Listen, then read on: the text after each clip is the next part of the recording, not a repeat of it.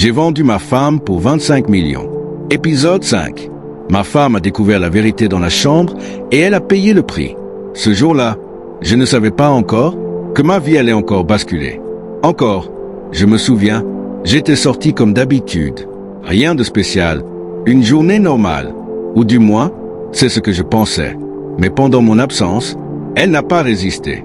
Ma deuxième femme, celle qui ne connaissait rien de mon passé, celle qui croyait vivre avec un homme normal, a décidé d'ouvrir cette porte. Cette porte que je lui avais interdit de toucher.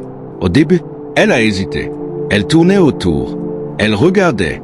Elle réfléchissait. Mais la curiosité est une chose dangereuse. Elle a essayé d'ouvrir. La porte était verrouillée. Alors, elle a insisté. Encore, jusqu'à prendre une décision irréversible.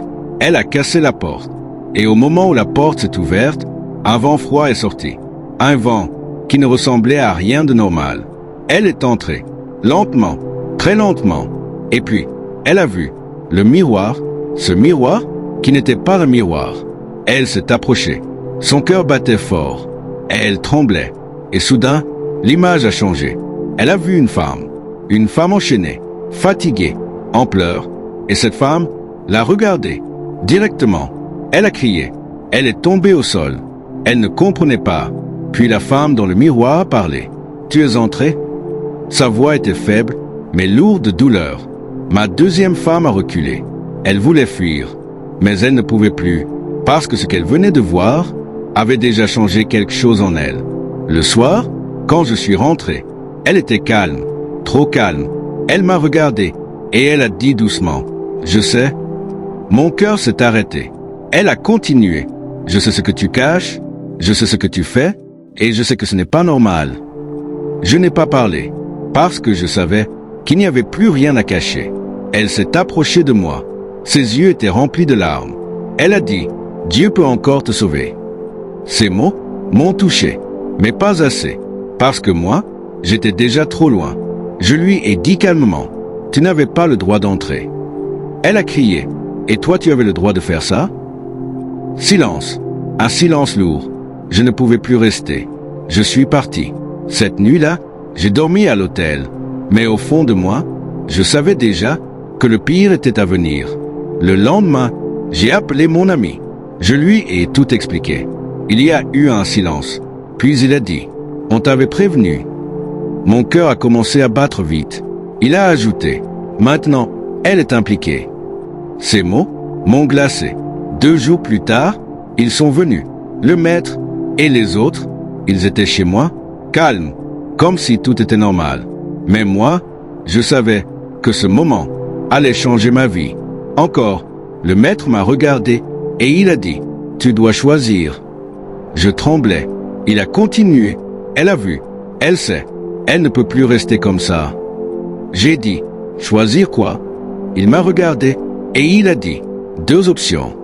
Silence. Elle meurt ou elle devient folle. » Le monde s'est arrêté. Je ne respirais plus. Je regardais ma femme. Elle pleurait. Elle tremblait. Elle priait. Et moi, j'étais là, face à un choix que personne ne devrait faire. Je pouvais tout arrêter, tout abandonner, tout perdre. Mais je n'ai pas choisi ça. Parce que la vérité, c'est que j'étais déjà prisonnier. Alors, j'ai parlé. Et ce que j'ai dit, je ne pourrai jamais l'oublier. J'ai choisi la folie. Ma femme a crié, un cri que je n'oublierai jamais. Puis, tout est devenu silence. Quelques heures plus tard, elle n'était plus la même. Son regard, vide, son comportement, instable. Elle riait, sans raison. Elle pleurait, sans raison. Elle était là, mais elle n'était plus là. Et moi, je regardais ça, en silence, parce que je savais que j'étais responsable. Aujourd'hui, j'ai de l'argent, beaucoup d'argent, mais j'ai perdu mes 2 femmes.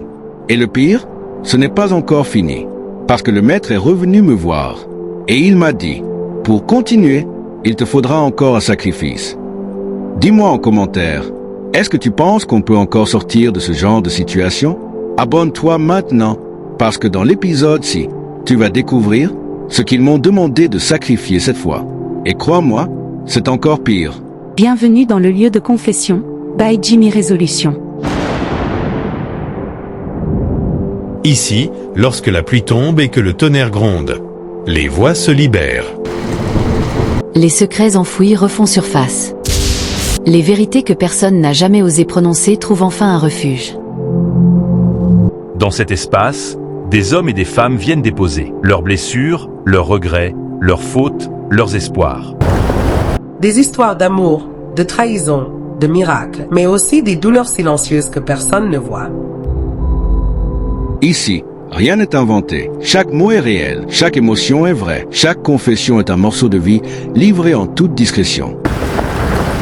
Abonnez-vous maintenant, invitez vos amis à nous rejoindre. Et si vous avez une histoire à partager, envoyez-la au numéro affiché à l'écran. Préparez-vous.